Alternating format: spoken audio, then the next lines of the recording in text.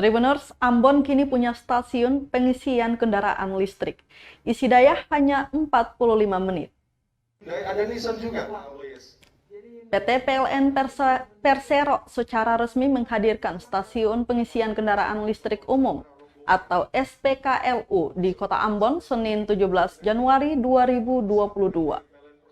Hadirnya SPKLU yang berlokasi di Jalan Sultan Hairun Uritetu, Kecamatan Kota Ambon, hari ini sebagai upaya untuk memudahkan pelayanan kepada masyarakat di kota bertajuk Manise ini. General Manager PLN Unit Induk Wilayah Maluku dan Maluku Utara, Adams Yogasara menyampaikan SPKLU yang diluncurkan kini merupakan stasiun pengisian pertama di kedua provinsi tersebut. Dia menyebutkan dibandingkan dengan pengisian daya di rumah yang memakan waktu hingga 6 jam, pengisian melalui electric vehicle charger di SPKLU ini bisa lebih cepat dari itu.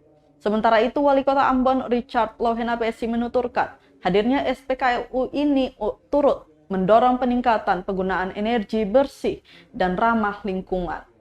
Ambon sebagai kota yang dikenal dengan langit terbiru di Indonesia bisa semakin asri jika penggunaan kendaraan listrik semakin meningkat, sehingga bisa menjawab tantangan perubahan iklim dunia.